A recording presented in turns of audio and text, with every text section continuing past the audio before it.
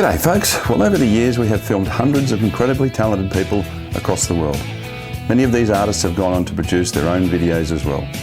We hope you enjoy this great lesson from one of our Colour in Your Life artists. Welcome back.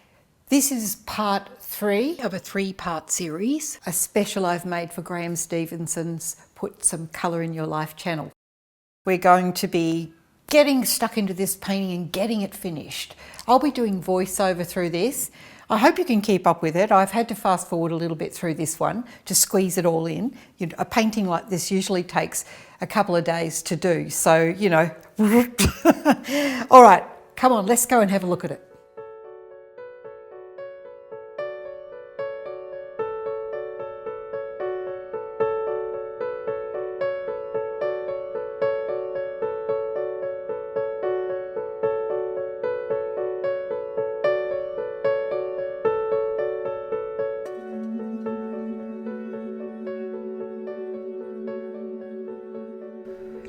So now I'm just lightening up that area there with a bit of a palette knife lighter tone and just wiping it back just to create some lineal texture that goes in the horizontal direction. And back into my greens, and I'm just going to pop a little bit of that in the same direction, running that same way to give a sense of, the sort of rolling landscape. And it just sort of breaks up because I've got a lot of just plain pale yellow there. Just back into that dark. Once again, really strengthening the greens. That's the olive green. It's like I keep going back and back to it, but it's amazing how if you build that up, it creates a really beautiful sense of texture in the paint. Even though the paint's a little bit wet, it is drying because I'm using the liquid. So it takes on a kind of a texture into the ultramarine blue there, just to strengthen up and darken the greens. It also gives a little bit of a different tone to the greens. Otherwise, if you just did it all one colour, you'd end up with a very flat kind of dull colour. But the colours I'm using there, the olive green and the ultramarine blue, are both fully transparent. They're 100% transparent, and I really utilize the transparent colors in my painting to get this it's like you're using the transparency to not block things out in opacity where you lose the sparkle of the canvas underneath. So just reinforcing again, just bringing up, and all the brush strokes and everything add to the texture that you can see. You're still using the same, I think that's the number 12 definer brush, which is a filbert brush. Filberts are fantastic. They've just got the different, you can use them on the edge to get a sharp point. You can scumble with the back of them. They're really, really great, as long as you look after them. Just reinforcing the green even darker around those light parts. You can see now I'm just meeting the man's shirt. Those two colours, ultramarine blue and olive green.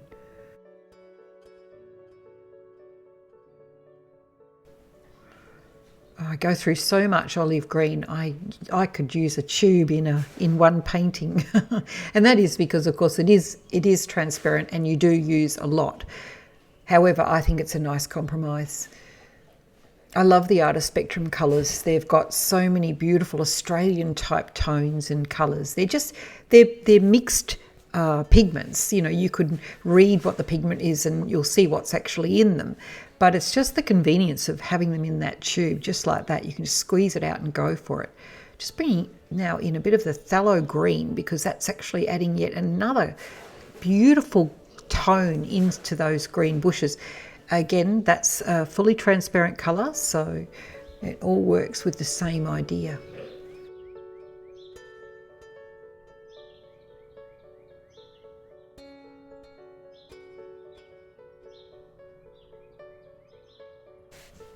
Even though when I first put those darks in, they look quite dark, you can see that it's fairly light in the water.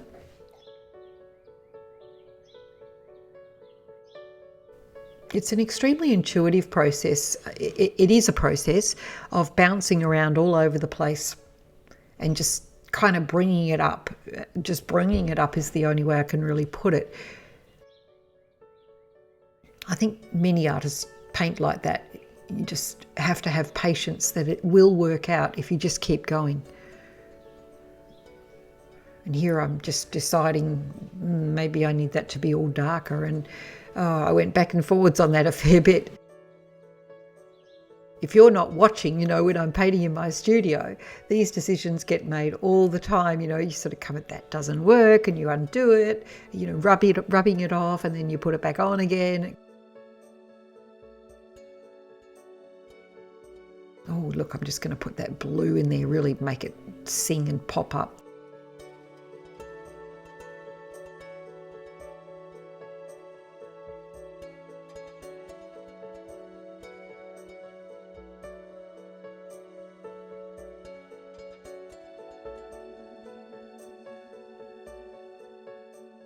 So now I want to get some of that really delicious Australian red, gold and white to make that pop there and just brighten up the edge. It just gets the eye to draw into it, adding a bit of raw sienna. And just boom, just a little bit of a stroke here and there.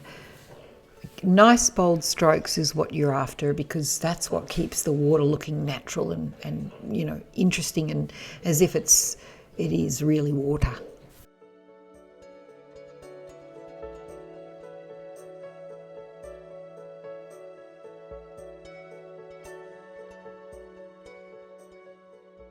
So I'm just going to put a little bit more shadow into the dog, which is the ultramarine blue, and my favourite alizarin crimson, which really kicks it up. And I put in a bit more than you would think, and then I put it everywhere, so all over the painting, in all the whites. And it's a really good way of keeping the painting, looking energetic and harmonising, because you've got those colours everywhere. And here I'm clearly going back into the clouds, because I've gone back into the Payne's grey, and decided to put a bit of that in the tree as well. Oh, see, just trying it on. And the dog too. So just moving everywhere, and you can see I didn't actually lift that brush back into any other paint. I started with the Payne's grey and it ended up on everything. And then look, I'm back in the water, it was on the tree, it's on the dog. And I'm now going in for the nice little juicy part. I've decided I've had enough of this faceless dog, and just by popping, I've decided also to stop him looking like a horse, shorten his nose a bit. But by popping in a detail like that, it just, I don't know, it makes a big difference. Sometimes I just need to do it to just get me on track, to make me feel like I can relate to the little people or the little critters in my paintings.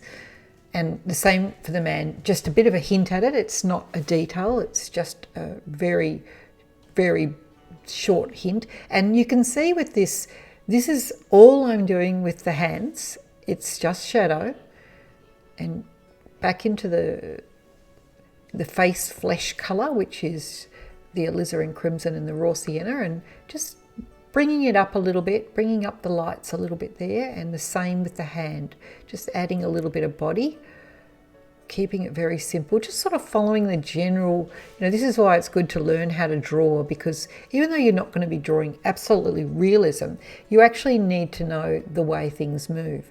When I was creating this little man, he's my little outback man, I created him about 35 years ago, and it was just a very simple kind, it's like a meme, I suppose, just sort of like this average guy with this big nose, and who knows what is an average guy these days. but he's stayed with me, and he just sort of represents that bloke, with the hat. Just, I guess I ran into quite a lot of those blokes when I was in the outback on cattle stations, so for me it makes sense.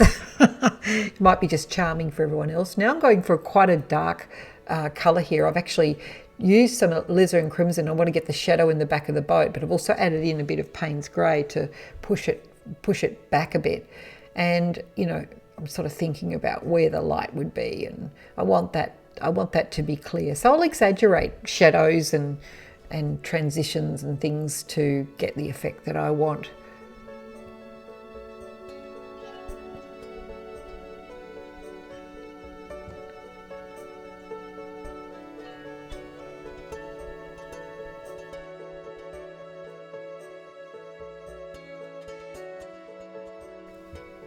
just reinforcing, isn't cadmium red just beautiful to use? They just can't mimic that.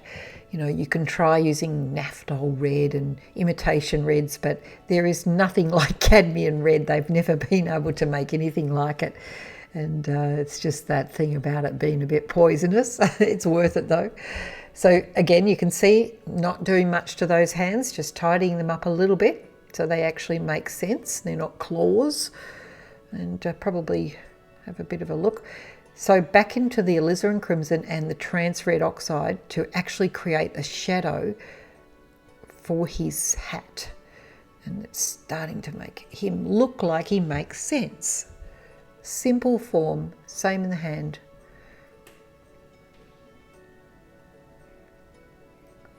And I'm just going to darken up the darks yet again for the 700th time around that hat. Makes him, it throws your figures forward, and that's what's happening here. The man is sort of coming forward.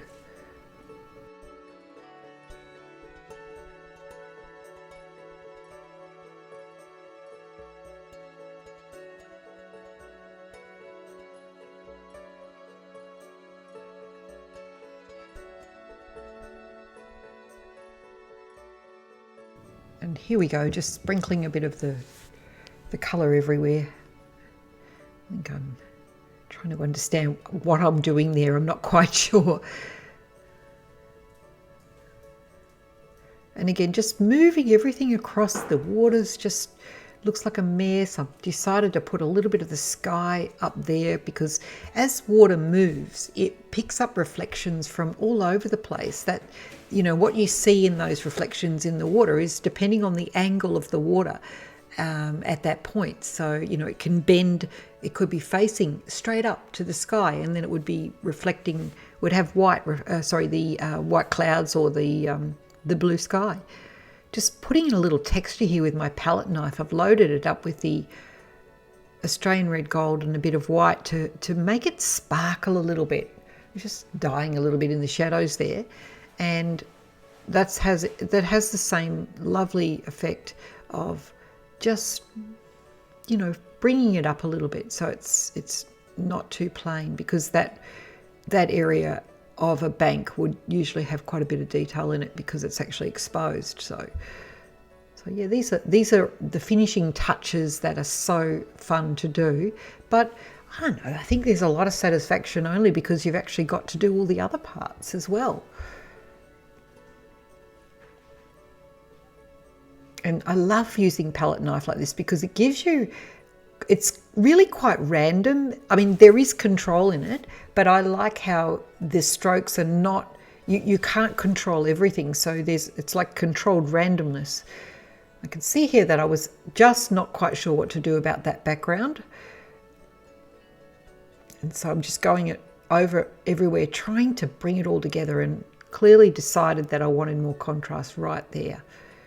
You know, this process usually goes on, as I keep saying, a couple of days. So I would probably go and think about that overnight and look at it. First thing I see it in the morning, I will know what to do. You know, it's like it stands out really clearly.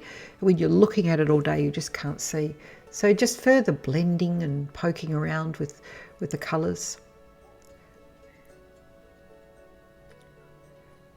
Decided to keep going with that to bring it forward a little bit. And by going back and forwards, so you see I can refine the tree. So the key is here is, you know, don't make everything perfect on the first sweep, because when you're doing the backgrounds, you can, you know, flow through past it, the tree, going over the tree slightly, and then you come back and it's just great. It looks good because you can actually refine it afterwards. I love using oil paints. Oh, it's so wonderful. I really do prefer it over acrylic. If I had to choose, acrylic's great fun for certain things, but because of the style that I'm painting in this, you know, this narrative, and I'm trying to capture a sort of an ethereal quality to the work, and oil paint is absolutely magic at that. You can use it, you can do it with acrylic, but it's just not the same. It doesn't feel the same. It's all about texture and malleability and stuff like that. So for me, if I had to choose, I'd go for oils. Now that is where I'm really trying to get a differentiation of the values to make the trees come forward, as you can see. So that's taken quite a bit of work to get to that point. And you can see the tree itself has different subtle values, which I'm just redefining with just a little bit of ultramarine blue or probably a few other colours mixed in there. And I, for some reason, decided I'm going to go stronger with the white. When you look at a gum tree, depending where the light is, the sun is, it's usually got a little thin ray, sort of a thin band of light along the outside edges. Very hard to paint, but it can be done.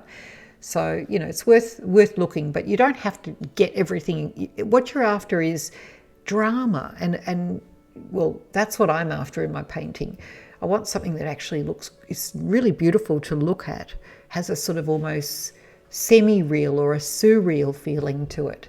Not surrealism or photorealism, but as in, you know, just sort of, it just makes sense.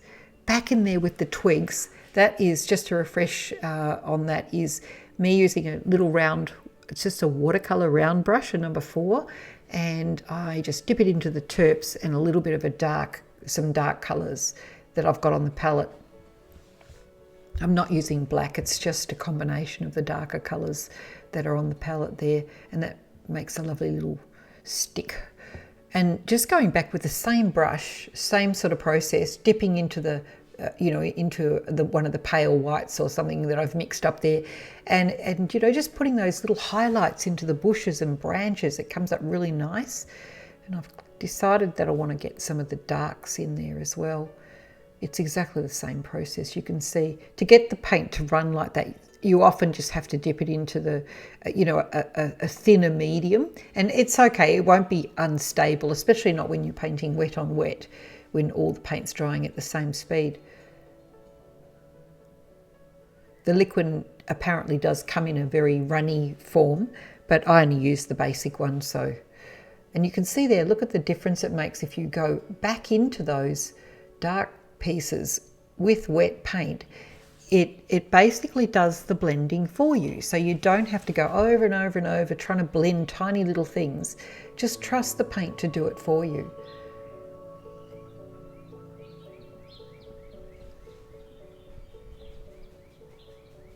I've decided to put some highlights on the top of those bushes to differentiate them a little bit from the background, because they're just sort of blending, which is kind of nice to have a little bit of that. But I've mixed up a bit of sap green and white, that's all it is, and just, you know, putting some very thick bits of texture on the top there to just represent the tops of the bushes, you know, getting a little bit of sunlight on them, and that just gives a little definition and breaks it away from the background a little bit.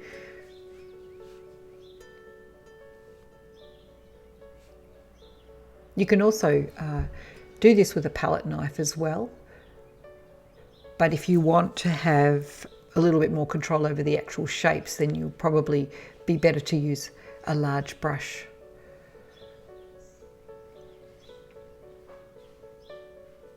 I'm still dancing all over that canvas. And again, look at that, just putting a little bit of white highlight into that just goes boom, it really does work, and it just feels like it's the right spot. I want to touch up my doggy too. He just needs to just stand out a little bit more. Now it's time to go through that refining process and bring him forward a bit.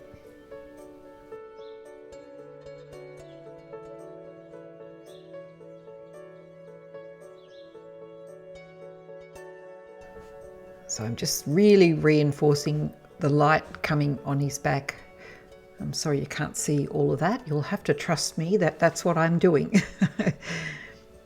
I had so many camera angles and it was a little bit hard to sort of keep up with every move.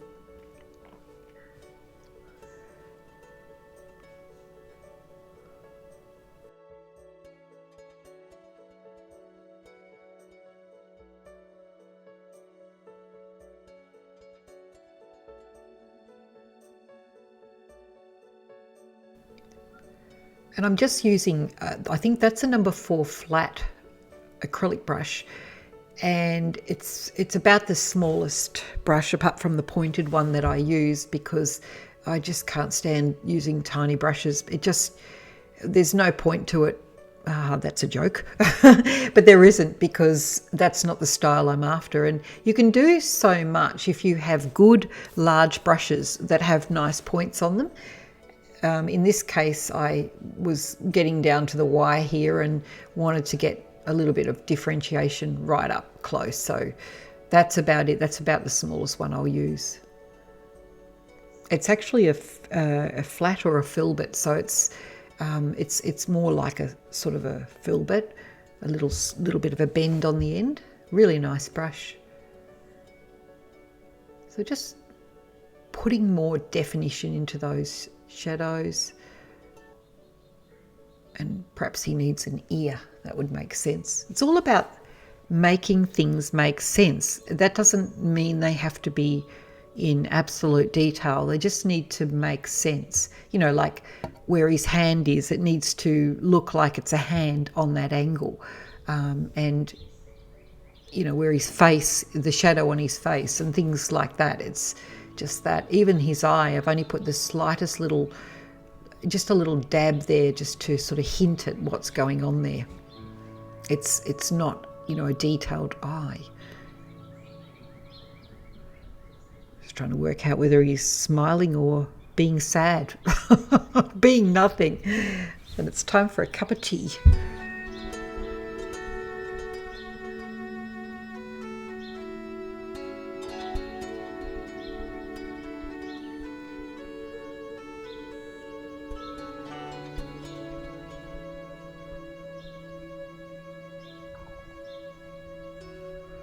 So now we're just getting more down to the detail, and what I'm actually doing, if you could see up close, is I'm just getting rid of the little gaps that I had around his face. It, you know, even though it's an expressive painting, it just needed to be sorted out. And again, I'm just building it up, going back over and over, as you can see.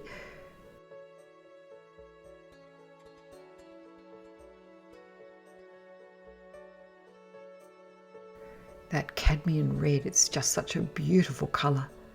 And the colour is only beautiful because of what's around it.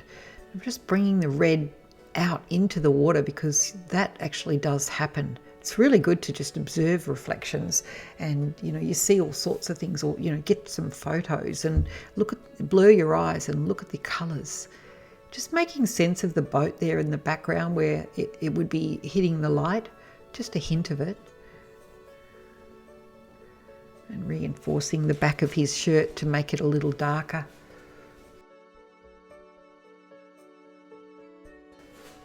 Just with some of the ultramarine blue and alizarin crimson. So here comes a nice little spot where I put some white right at the edge of that water, and a couple of little wiggly bits, not too much, where the light from the clouds above is probably being picked up by the water. So, you know, just a little bit.